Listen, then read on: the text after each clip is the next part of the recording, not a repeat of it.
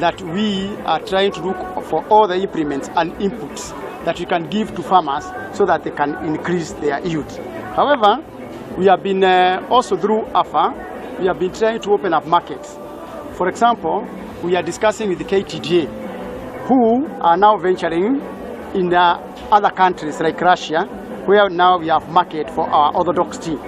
And what we are moving in from now is from the CTC teas to the specialty teas.